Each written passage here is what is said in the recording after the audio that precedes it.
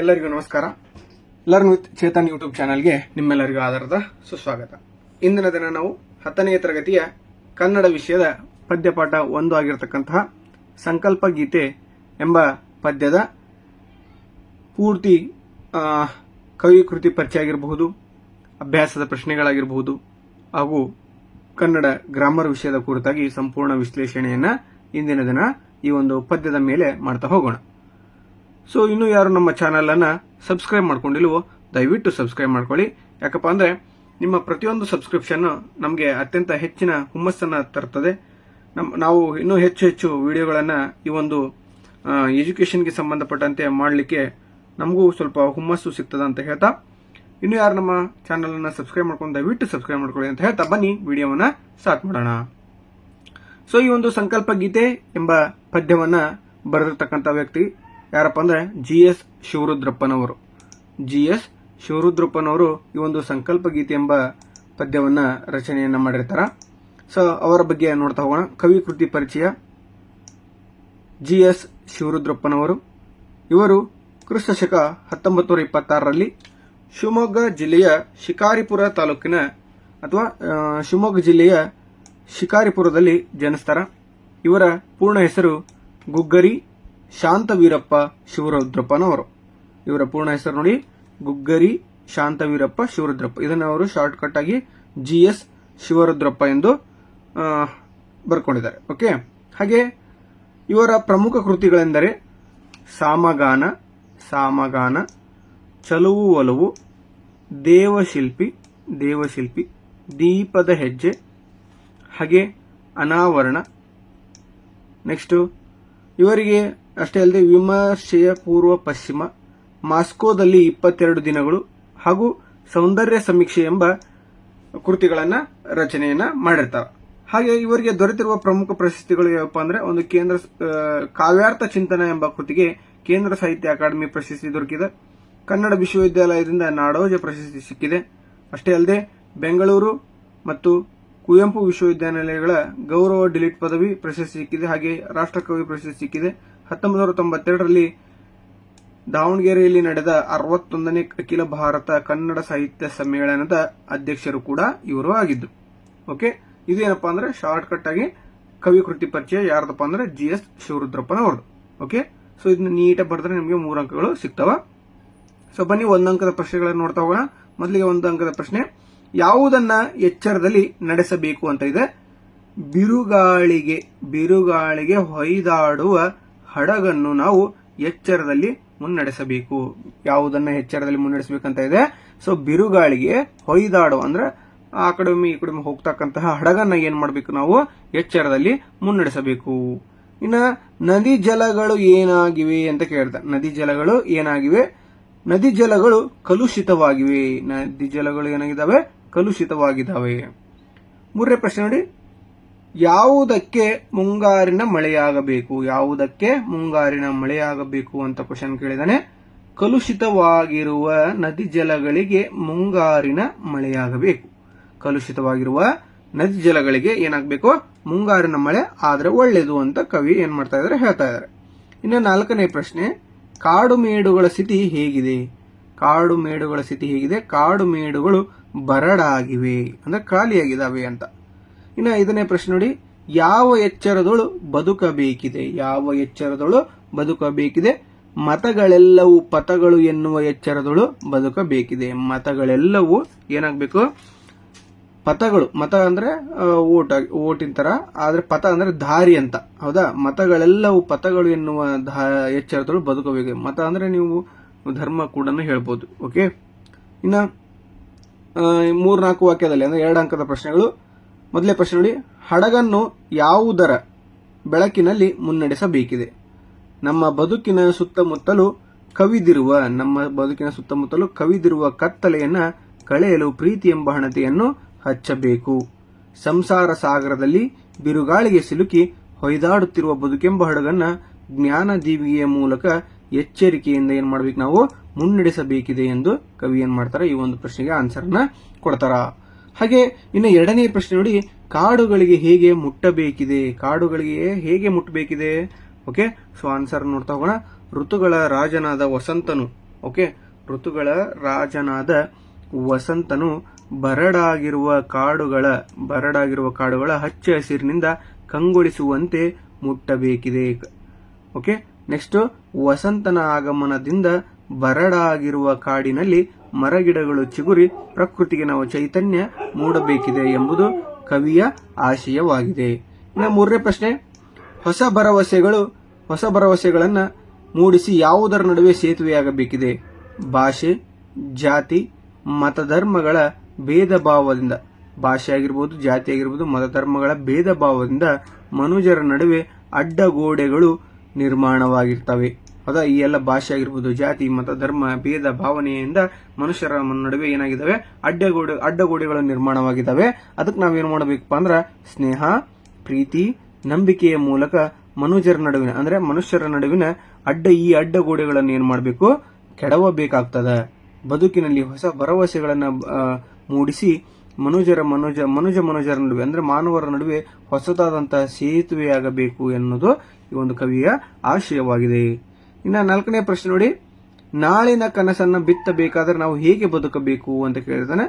ಎಲ್ಲ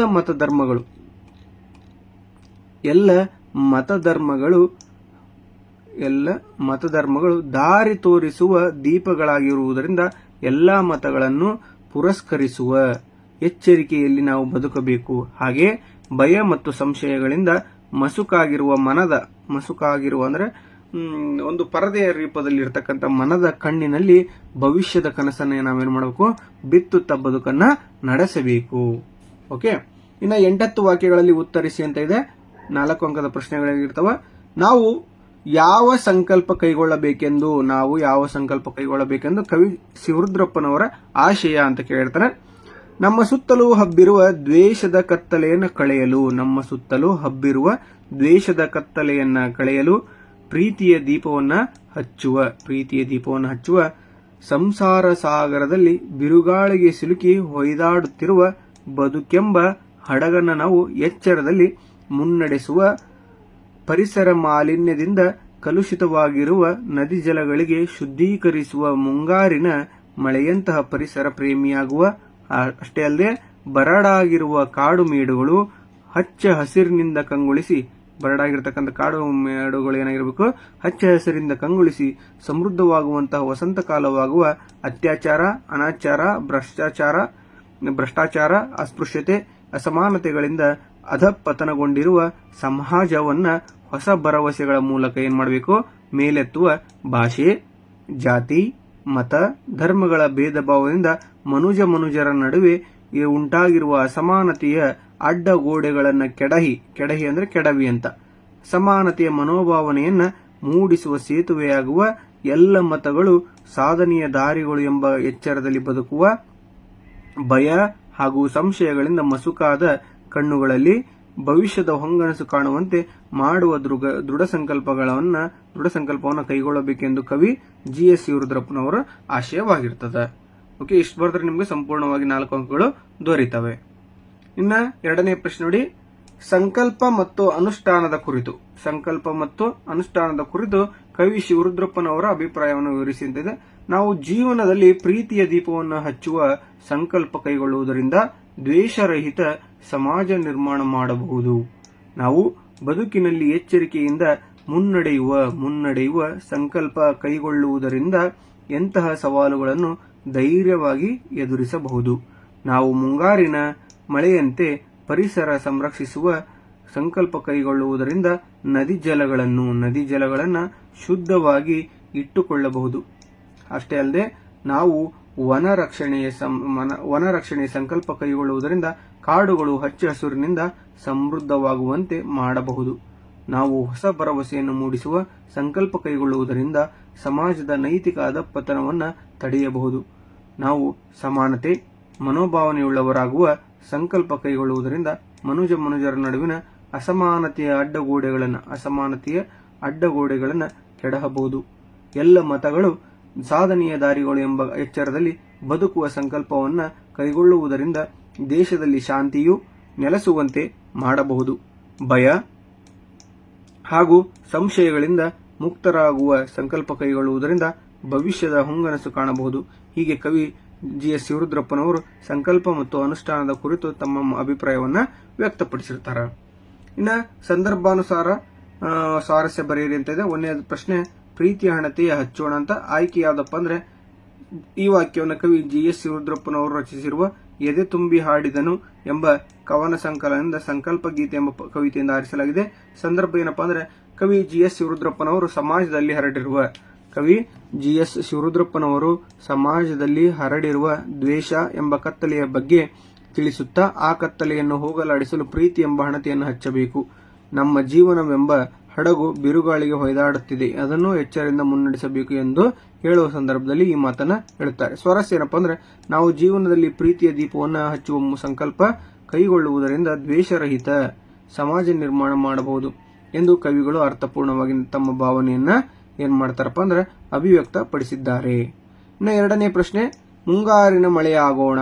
ಆಯ್ಕೆ ಯಾವ್ದಪ್ಪ ಅಂದ್ರೆ ಬರಿಬೇಕಾಗ್ತದ ನೀವು GS ಶಿವರುದ್ರಪ್ಪರವರು ರಚಿಸಿರ್ತಕ್ಕಂಥ ಎದೆ ತುಂಬಿ ಹಾಡಿದನು ಎಂಬ ಕವನ ಸಂಕಲನದಿಂದ ಸಂಕಲ್ಪ ಗೀತೆ ಎಂಬ ಪದ್ಯದಿಂದ ಅಥವಾ ಕವಿತೆಯಿಂದ ಆರಿಸಲಾಗಿದೆ. ಸಂದರ್ಭ ಕವಿ GS ಶಿವರುದ್ರಪ್ಪನವರು ಪರಿಸರ ಮಾಲಿನ್ಯದ ಬಗ್ಗೆ ತಮ್ಮ ಕಾಳಜಿ ವ್ಯಕ್ತಪಡಿಸುತ್ತಾ ನದಿ ಜಲಗಳು ಕಲುಷಿತವಾಗಿವೆ, ಕಾಡು ಮೇಡುಗಳೆಲ್ಲ ಬರಡಾಗಿವೆ, ಆದ್ದರಿಂದ ನಾವು ಮುಂಗಾರಿನ ಮಳೆಯಾಗಿ ಜಲಮಾಲಿನ್ಯವನ್ನು ಹೋಗಲಾಡಿಸಬೇಕೆಂದು ಈ ಸಂದರ್ಭದಲ್ಲಿ ಹೇಳ್ತಾರೆ. ಇನ್ನು ಸ್ವಾರಸ್ಯ ಏನಪ್ಪಾ ಅಂದ್ರೆ ನಾವು ಮುಂಗಾರಿನ ಮಳೆಯಂತೆ ಪರಿಸರ ಸಂರಕ್ಷಿಸುವ ಸಂಕಲ್ಪ ಕೈಗೊಳ್ಳುವುದಕ್ಕಿಂತ ನದಿ ಜಲಗಳನ್ನು ಶುದ್ಧವಾಗಿ ಇಟ್ಟುಕೊಳ್ಳಬಹುದು. ಸಂಕಲ್ಪ ಕೈಗೊಳ್ಳುವುದರಿಂದ ನದಿ ಜಲಗಳನ್ನು ಶುದ್ಧವಾಗಿ ಇಟ್ಟುಕೊಳ್ಳಬಹುದು ಎಂಬುದು ಈ ಒಂದು ಮಾತಿನ ಸ್ವಾರಸ್ಯವಾಗಿರುತ್ತದೆ. ಇನ್ನು ಹೊಸ ಭರವಸೆಗಳ ಕಟ್ಟೋಣ ಪ್ರಶ್ನೆ ನೋಡಿ, ಹೊಸ ಭರವಸೆಗಳನ್ನ ಕಟ್ಟೋಣ. ಆಯ್ಕೆ ಏನಪ್ಪಾ ಅಂದ್ರೆ GS ಶಿವರುದ್ರಪ್ಪನವರು ರಚಿಸಿರ್ತಕ್ಕಂಥ ತುಂಬಿ ಹಾಡುವಿನ. ಇನ್ನು ಸಂದರ್ಭವನ್ನು ನೋಡೋದ್ರೆ ಕವಿ GS ಶಿವರುದ್ರಪ್ಪನವರು ಸಾಮಾಜಿಕ ಕಳಕಳಿಯನ್ನು ವ್ಯಕ್ತಪಡಿಸುತ್ತಾ ಸಮಾಜದಲ್ಲಿ ಕಷ್ಟದಲ್ಲಿ ಬದುಕುತ್ತಾ ಜೀವನದಲ್ಲಿ ಕೆಳಗೆ ಬಿದ್ದವರನ್ನ, ಅಂದರೆ ನಿರಾಶೆ ಭಾವನೆಯಿಂದ ಕುಂದಿ ಹೋದ ಜನರನ್ನ ಭರವಸೆಯ ಮೂಡಿಸಿ ಮೇಲೆಬ್ಬಿಸಿ ನಿಲ್ಲಿಸಬೇಕು ಎಂದು ಹೇಳುವ ಸಂದರ್ಭದಲ್ಲಿ ಈ ಮಾತನ್ನು ಹೇಳ್ತಾರೆ. ಸ್ವಾರಸ್ಯ ಏನಪ್ಪಾ ಅಂದ್ರೆ ನಾವು ಹೊಸ ಭರವಸೆಯನ್ನು ಮೂಡಿಸುವ ಸಂಕಲ್ಪ ಕೈಗೊಳ್ಳುವುದರಿಂದ ಸಮಾಜದ ನೈತಿಕ ಅಧಪತನ ತಡೆಯಬಹುದು ಎಂಬ ಅಮೂಲ್ಯವಾದ ಭಾವನೆ ಸ್ವಾರಸ್ಯಪೂರ್ಣವಾಗಿ ವ್ಯಕ್ತವಾಗಿದೆ. ನಾಲ್ಕನೇ ಪ್ರಶ್ನೆ, ಹೊಸ ಎಚ್ಚರದೊಳಗೆ ಬದುಕೋಣ. ಆಯ್ಕೆ ಬರೀಬೇಕು ನೀವು. ಏನಪ್ಪಾ ಅಂದ್ರೆ ಅದೇ GS ಶಿವರುದ್ರಪ್ಪರು ರಚಿಸಿರ್ತಕ್ಕಂತಹ ಎದೆ ತುಂಬಿ ಹಾಡುವನು ಕವನ ಸಂಕಲನದಿಂದ ಸಂಕಲ್ಪ ಗೀತೆ ಎಂಬ ಕವಿತೆಯಿಂದ ಆರಿಸಲಾಗಿದೆ. ಸಂದರ್ಭ ಕವಿ GS ಶಿವರುದ್ರಪ್ಪನವರು ಮತ ಧರ್ಮಗಳು ನಮ್ಮ ಜೀವನದ ಮಾರ್ಗಗಳು ಎಂದು ಹೇಳುತ್ತಾ ಭೇದ ಭಾವ ಮರೆತು ಆಯಾ ಧರ್ಮದಲ್ಲಿರುವ ಒಳಿತುಗಳನ್ನು ಎಚ್ಚರಿಕೆಯಿಂದ ಗುರುತಿಸಿ ಅಳವಡಿಸಿಕೊಳ್ಳಬೇಕು ಎಂದು ಹೇಳುವ ಸಂದರ್ಭದಲ್ಲಿ ಈ ಮಾತನ್ನು ಹೇಳ್ತಾರೆ. ಹಾಗಾದ್ರೆ ಈ ಒಂದು ಲೈನ್ ಅಥವಾ ಈ ಒಂದು ಸಾಲಿನ ಸ್ವಾರಸ್ಯ ಏನಪ್ಪಾ ಅಂದ್ರೆ ಎಲ್ಲ ಮತಗಳು ಸಾಧನೆಯ ದಾರಿಗಳು ಎಂಬ ಎಚ್ಚರದಲ್ಲಿ ಬದುಕುವ ಸಂಕಲ್ಪ ಕೈಗೊಳ್ಳುವುದರಿಂದ ದೇಶದಲ್ಲಿ ಶಾಂತಿ ನೆಲೆಸುವಂತೆ ಮಾಡಬಹುದು ಎಂಬುದು ಧಾರ್ಮಿಕ ಸಹಿಷ್ಣುತೆ ಎಂಬ ದೃಷ್ಟಿಯಿಂದ ಮಹತ್ವಪೂರ್ಣವಾದ ಅಂಶವಾಗಿದೆ. ಇನ್ನು ನೆಕ್ಸ್ಟ್ ಬಿಟ್ಟ ಸ್ಥಳವನ್ನು ತುಂಬಿರಿ. ಸಂಕಲ್ಪ ಗೀತೆ ಎಂಬ ಪದ್ಯವನ್ನ ಎದೆ ತುಂಬಿ ಹಾಡಿದನು ಎಂಬ ಕವನ ಸಂಕಲನೆಯನ್ನು ಏನ್ ಮಾಡ್ತಲ್ಲ ಆರಿಸಿಕೊಳ್ಳಲಾಗಿದೆ. ಇನ್ನು ಕತ್ತಲೆಯೊಳಗೆ ಪ್ರೀತಿಯ ಹಣತೆಯ ಹಚ್ಚೋಣ ಅಂತ ಇದೆ. ಆನ್ಸರ್ ಕತ್ತಲೆಯೊಳಗೆ ಪ್ರೀತಿಯ ಹಣತೆಯ ಹಚ್ಚೋಣ. ಇನ್ನು ನೆಕ್ಸ್ಟ್ ಬಿದ್ದುದನ್ನು ಮೇಲೆಬ್ಬಿಸಿ ನಿಲ್ಲಿಸಿ ಹೊಸ ಭರವಸೆಗಳ ಕಟ್ಟೋಣ. ಹೊಸ ಭರವಸೆಗಳನ್ನ ನಾವೇನ್ ಮಾಡಬೇಕಾಗ್ತದ, ಕಟ್ಟಬೇಕಾಗ್ತದ. ಇನ್ನು ನಾಲ್ಕನೇ ಪ್ರಶ್ನೆ, ನಾಳಿನ ಕನಸನ್ನು ಭಯ ಸಂಶಯದೊಳು ಕಂಡಿದ ಕಣ್ಣಿನಲ್ಲಿ ಬಿತ್ತೋಣ. ನಾಳಿನ ಕನಸನ್ನ ಏನ್ ಮಾಡಬೇಕು, ಭಯ ಸಂಶಯದೊಳು ಕಂಡಿದ ಕಣ್ಣಿನಲ್ಲಿ ಬಿತ್ತೋಣ. ಐದನೇ ಪ್ರಶ್ನೆ, GS ಶಿವರುದ್ರಪ್ಪನವರು ದಾವಣಗೆರೆಯಲ್ಲಿ ಸಮಾವೇಶಗೊಂಡಿದ್ದ ಅಖಿಲ ಭಾರತ ಕನ್ನಡ ಸಾಹಿತ್ಯ ಸಮ್ಮೇಳನದ ಅಧ್ಯಕ್ಷರು ಆಗಿರ್ತಾರೆ. ಇನ್ನು ಭಾಷಾ ಚಟುವಟಿಕೆ ನೋಡಿ, ನೀಡಿರುವ ಪದಗಳ ಧಾತುಗಳನ್ನು ಗುರುತಿಸಿ ಬರೆಯಿರಿ. ಒಂದಂಕದ ವೃತ್ತದ. ನಿಲ್ಲಿಸು ಅನ್ನೋದು ನಿಲ್ಲು ಆಗ್ತದ, ನಡೆಸು ನಡೆ, ಹಚ್ಚುವುದು ಹಚ್ಚು, ಮುಟ್ಟೋಣದಲ್ಲಿ ಮುಟ್ಟು, ಕಟ್ಟುವುದಲ್ಲಿ ಕಟ್ಟು, ಆಗೋಣದಲ್ಲಿ ಆಗು. ಇವು ಏನಾಗಿರ್ತಪ್ಪ ಅಂದ್ರೆ ಮೂಲ ಧಾತು ಪದಗಳು ಆಗಿರ್ತವ. ವಿಭಕ್ತಿ ಪ್ರತ್ಯಯಗಳನ್ನ ನೋಡ್ತಾ ಹೋಗೋಣ. ಪ್ರೀತಿಯ ಅಂತ ಇದೆ. ಸೊ ಪ್ರೀತಿಯ ಅನ್ನೋದನ್ನ ಬಿಡಿಸಿ ಬರೆದಾಗ ಪ್ರೀತಿ ಪ್ಲಸ್ ಅಂತ ಆಗ್ತದೆ. ಬಿರುಗಳಿಗೆ ಬಿರುಗಳಿ ಪ್ಲಸ್ ಗೆ, ಜಲಕ್ಕೆ ಜಲ ಪ್ಲಸ್ ಗೆ, ಬಿದ್ದುದು ಪ್ಲಸ್ ಅನ್ನು ಬಿದ್ದುದನ್ನು. ಇನ್ನ ಕೊಟ್ಟಿರುವ ಪದಗಳಿರುವ ವಿಭಕ್ತಿಯನ್ನು ಹೆಸರಿಸಿ ಅಂತ ಇದೆ. ಸಂಶಯದೋಳ್ ಓಳ್ ಎಂಬ ಪದ ಇದೆ, ಇದು ಸಪ್ತಮಿ ವಿಭಕ್ತಿ ಪ್ರತ್ಯಯ ಆಗ್ತದೆ. ಜಲದಿಂ ಇಂ ಅಂತ ಇದೆ, ತೃತೀಯ ವಿಭಕ್ತಿ ಪ್ರತ್ಯಯ. ಅತ್ತಣಿಂ ಅದ ಪಂಚಮಿ ವಿಭಕ್ತಿ ಪ್ರತ್ಯಯ ಆಗಿರ್ತದೆ. ರಾಯಂಗೆ ಅಂದ್ರೆ ಗೆ ಅನ್ನೋದು ಈ ಚತುರ್ಥಿ ವಿಭಕ್ತಿ ಪ್ರತ್ಯಯ ಆಗಿರ್ತದೆ.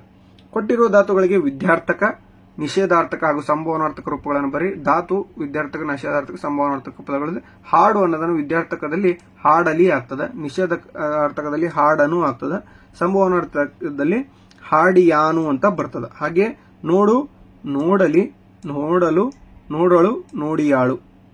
ಕಟ್ಟು, ಕಟ್ಟಲಿ, ಕಟ್ಟರು, ಕಟ್ಟಿಯಾರು. ಕೇಳು, ಕೇಳಲಿ, ಕೇಳಿಯಾನು, ಕೇಳನು.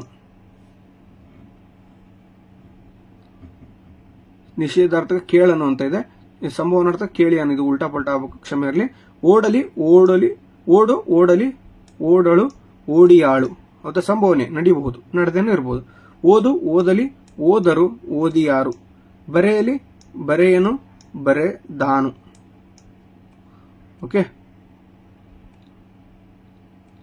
ಸೊ ಇದಾಗಿತ್ತು ಇಂದಿನ ವಿಡಿಯೋ. ಸೊ ಇದೇನಪ್ಪಾ ಅಂದ್ರೆ ಸಂಕಲ್ಪ ಗೀತೆ ಎಂಬ ಪದ್ಯದ ಸಂಪೂರ್ಣ ಪ್ರಶ್ನೋತ್ತರಗಳನ್ನು ನಾವು ಇಂದಿನ ವಿಡಿಯೋದಲ್ಲಿ ನೋಡ್ತಾ ಹೋಗಿದ್ದೇವೆ. ಇದೇ ರೀತಿ ಎಲ್ಲ ವಿಷಯದ ಅಂದ್ರೆ 10ನೇ ತರಗತಿ ಎಲ್ಲ ವಿಷಯದ ಪ್ರಶ್ನೋತ್ತರಗಳನ್ನ, ಅಭ್ಯಾಸ ಪತ್ರಿಕೆಗಳನ್ನ ನಿಮ್ಮ ಮುಂದೆ ತರಲಿಕ್ಕೆ ನಾವು ಪ್ರಯತ್ನವನ್ನು ಮಾಡ್ತೇವೆ. ಈ ಒಂದು ವಿಡಿಯೋ ನಿಮ್ಗೆ ಇಷ್ಟ ಆಗಿದ್ದರೆ ದಯವಿಟ್ಟು ಲೈಕ್ ಮಾಡಿ, ಶೇರ್ ಮಾಡಿ, ಕಮೆಂಟ್ ಮಾಡಿ, ಹಾಗೆ ಸಬ್ಸ್ಕ್ರೈಬ್ ಮಾಡ್ಕೊಳ್ಳೋದನ್ನ ಮರಿಬೇಡಿ ಅಂತ ಹೇಳ್ತಾ, ಹೆಚ್ಚು ಸಬ್ಸ್ಕ್ರೈಬ್ ಮಾಡಿ, ಹಾಗೆ ಲೈಕ್ ಮಾಡಿ. ನಿಮ್ಗೆ ಯಾವ್ದಾದ್ರು ಪ್ರಶ್ನೆಗಳಿದ್ದೆ ಅಂದ್ರೆ, ಡೌಟ್ಸ್ ಇದ್ದೆ ಅಂದ್ರೆ ಕಮೆಂಟ್ ಬಾಕ್ಸ್ ನಲ್ಲಿ ತಿಳಿಸೋದ್ರ ಮೂಲಕ ಆ ಒಂದು ಪ್ರಶ್ನೆಗೆ ನಾವು ಉತ್ತರ ಕೊಡ್ಲಿಕ್ಕೆ ಪ್ರಯತ್ನವನ್ನು ಮಾಡ್ತೇವೆ. ಇಲ್ಲಿವರೆಗೂ ವಿಡಿಯೋವನ್ನು ನೋಡಿರ್ತಕ್ಕಂಥ ನಿಮ್ಮೆಲ್ಲರಿಗೂ ಕೂಡ ತುಂಬ ಧನ್ಯವಾದಗಳನ್ನು ತಿಳಿಸ್ತಾ ವಿಡಿಯೋವನ್ನು ಮುಕ್ತಾಯಗೊಳಿಸ್ತಾ ಇದ್ದೇವೆ. Thank you so much.